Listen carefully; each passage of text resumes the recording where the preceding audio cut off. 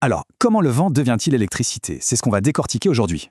On voit ces énormes structures, de vraies centrales électriques. Mais d'où vient vraiment cette énergie? La réponse est assez surprenante. En fait, tout commence très très loin d'ici, à 550 millions de kilomètres. Le point de départ, c'est le Soleil. Il chauffe notre planète et l'air chaud, plus léger, se met à monter. Pour combler l'espace laissé, l'air plus frais se précipite. Et ce mouvement d'air, c'est le vent. D'accord, mais comment fait-on pour capter cette force? C'est là qu'intervient l'éolienne moderne. Jetons un œil à l'intérieur. C'est une machine complexe, mais son but est en fait très simple. En gros, il y a 3 parties principales, la tour, la nacelle et bien sûr les pales. C'est dans la nacelle que tout se joue. Le mouvement des pales y est transformé en électricité.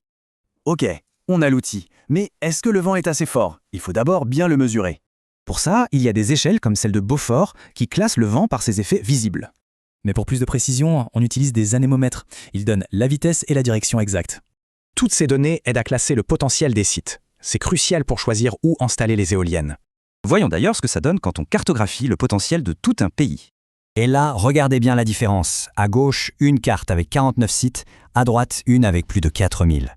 Alors, qu'est-ce que cette nouvelle analyse nous révèle? Les chiffres sont vraiment impressionnants. On a identifié près de 2500 sites très prometteurs, avec des vents moyens de 7 mètres par seconde.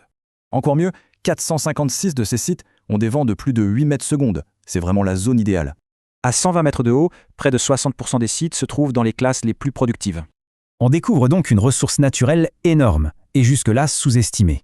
Un potentiel immense à exploiter. Le potentiel est là, il est clairement identifié. La question n'est plus où, mais à quelle vitesse on peut le concrétiser.